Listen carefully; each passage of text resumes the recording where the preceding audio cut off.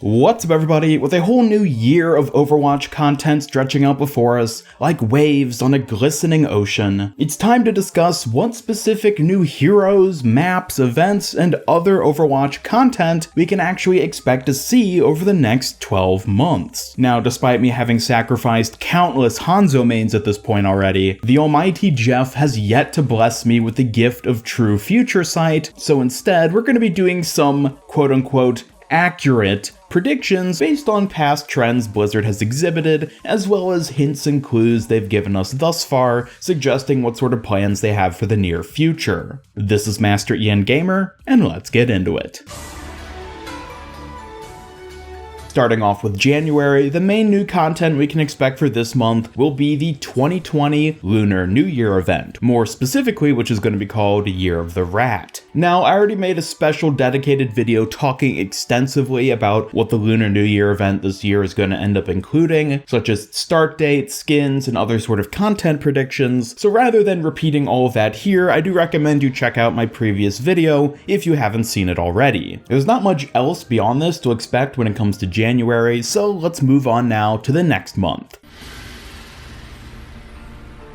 February is going to be a bit more of a low-key month. Not a whole ton is going to be going on. What we will end up getting, though, is a brand new Hero Challenge mini-event, akin to the ones we've gotten a handful of over the past year and a half. Unlike the majority of the past events we've gotten, however, this one will not be story-based. It won't have any sort of comic or short story tied to it, but rather will be another sort of promotional mini-event, much like Bastion's Brick Challenge from last September. This one, however, will be focusing on a different promotional crossover, possibly being something along the lines of Hot Wheels Wrecking Ball. We do know that there's going to be Overwatch-themed Hot Wheels coming sometime in the near future, so what better way to kick off this new product line than with an in-game mini-event giving everyone's favorite hero a racing skin. Now, to be fair, the skin could end up going to anybody. I just think Racing Wrecking Ball is a very fun idea, so that's what I'm going to set my expectations for, and hopefully not be disappointed. This is probably all we're really going to end up getting in February, but now let's move on to March is where we're going to start to see things really start to pick up for Overwatch in 2020. Historically, March has been a month where new heroes go to live servers, but Blizzard is going to play it out this year a little bit differently. The month is going to start off pretty subtle with not much really happening in the first half, but come mid-March and going into the latter part of the month, we're going to all be tremendously surprised to see the Archives event taking place in the latter half of March this year instead of April. This will catch everyone off guard, and most people will be very confused about what this actually means, up until a week after the event starts when Blizzard reveals their master plan. That's right, just like with Sigma and the 2019 Summer Games event, Blizzard is going to push the 2020 Archives event up a bit to use it as sort of a big promotional opportunity to introduce the new hero, Echo. Now, Jeff has already confirmed that there won't be a new PvE mission for the 2020 Archives event, which probably means that there won't be any new map tied to it either, but we are still going to be getting some new skins and such, and we can probably expect at least a little bit of story to be tied into it. This story is going to be building up the release of Echo, who will be hitting the PTR in late March. Even outside of playing it like this in order to bring in the new hero, pushing up the Archives event by about half a month will actually make sense in the grand scheme of things. With the Lunar New Year event starting pretty early in 2020, and Archives and Anniversary always having the issue of being really close to each other, it would make sense to just overall space the main events out a bit by bringing forward Archives and thus giving a great window to introduce the new hero Echo, which then brings us onto the next month.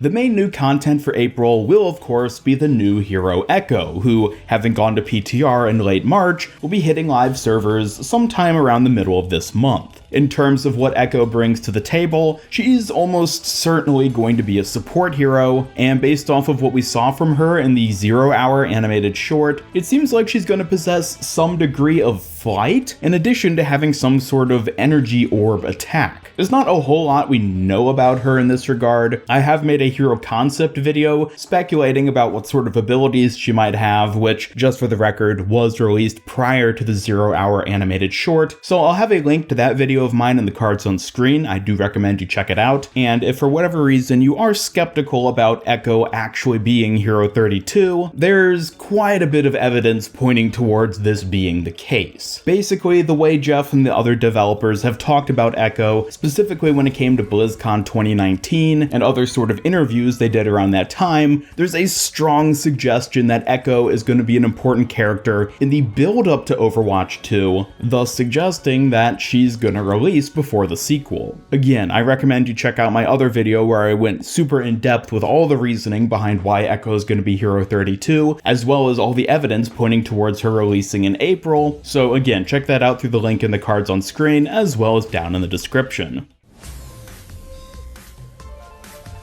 May will pretty much be what we expect it to be, and that's the Overwatch Anniversary event. Once again, it'll be starting in the latter half of the month and feature a whole bunch of exciting new miscellaneous themed content, but for the most part, won't really introduce anything super duper exciting or new. This year isn't going to have any sort of new game modes or special features like what we've typically seen in the past, as Blizzard is focusing all their efforts again on building up to Overwatch 2. So yeah, it's basically just going to be a bunch of new skins and a dance emote for Sigma. I cannot wait to see that.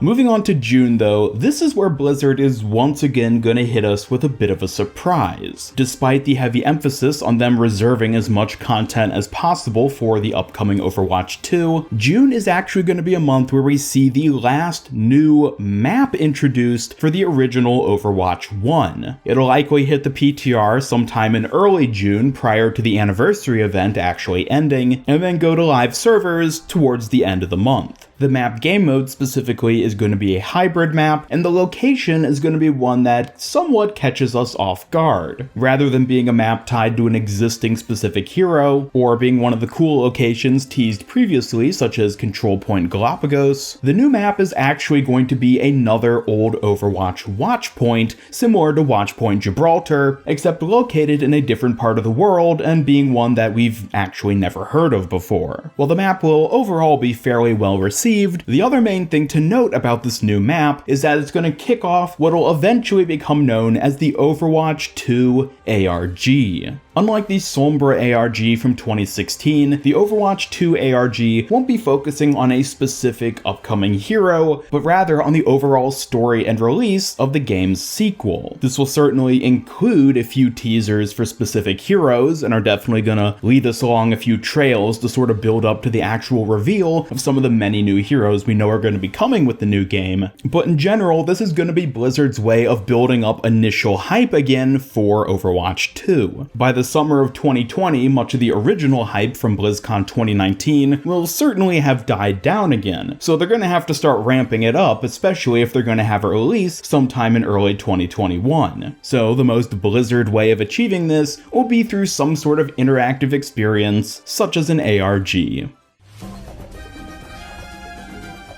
July is overall going to be another more low-key month. We're going to get a new Hero Challenge mini-event, this time being story-based once again. The hero of focus will be Zenyatta, and it's going to build on his current situation in the world, how he's interacting with some other characters, and most importantly, how he's going to become connected with the newly reformed Overwatch. This short story is also going to build on the Overwatch 2 ARG, which started in June, and overall be a very well-received short story, simply because of the fact that it finally gives Zenyatta some lore. Moving on to August, this will be another event-based month with the return of the 2020 Summer Games, being the 5th time we've gotten the summer games, the community will naturally hype itself up with the expectation that somehow this year it's going to be different, only to be disappointed again by the fact that it's still just Lucio Ball on the same 3 different looking maps which functionally play the exact same, and just a small handful of new cosmetic items. We're going to continue to see the basic 4 new legendary skins format with the 3 epic skins as part of a weekly challenge system, and overall, it's not going to be anything super duper exciting. Unless you're really into Lucio Ball, which I do know there are some people like that out there, and I am happy that at least you guys will be enjoying it.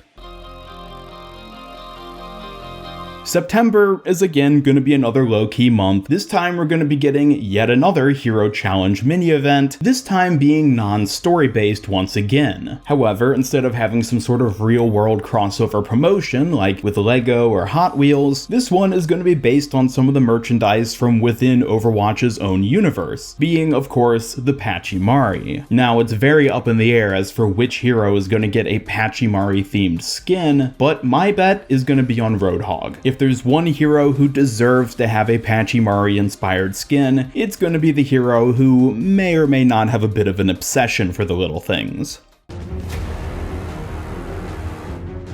October will of course bring about the highly popular Halloween Terror event, but like the 2020 Summer Games, it's gonna be fairly simplistic. No new game modes, only a handful of new cosmetics, not a whole lot to get excited for here, except for the fact that it's the Halloween event, which in and of itself is just always exciting. Around this time, we're gonna see the Overwatch 2 ARG really start to ramp up, which naturally is because of what we're gonna see coming early the very next month.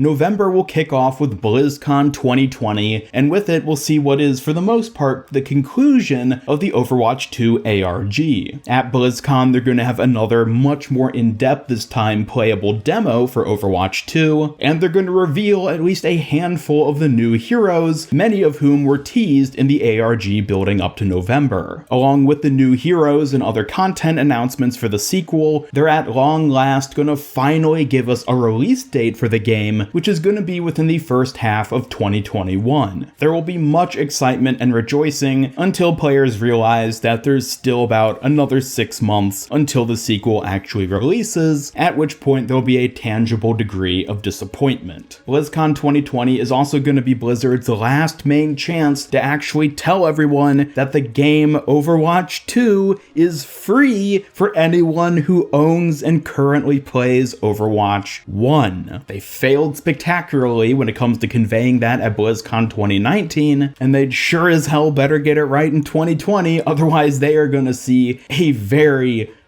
poor turnout for the sequel. Let me reiterate it just so that everybody at this point is aware. Overwatch 2 is a free upgrade for Overwatch 1 players, with the only exception being the PvE content as something separate you need to purchase. There will also be some skins tied to that, such as the Overwatch 2 new hero designs, but you do not need to spend a cent in order to keep playing the new game if you already play Overwatch 1. Anyways, back to the 2020 calendar.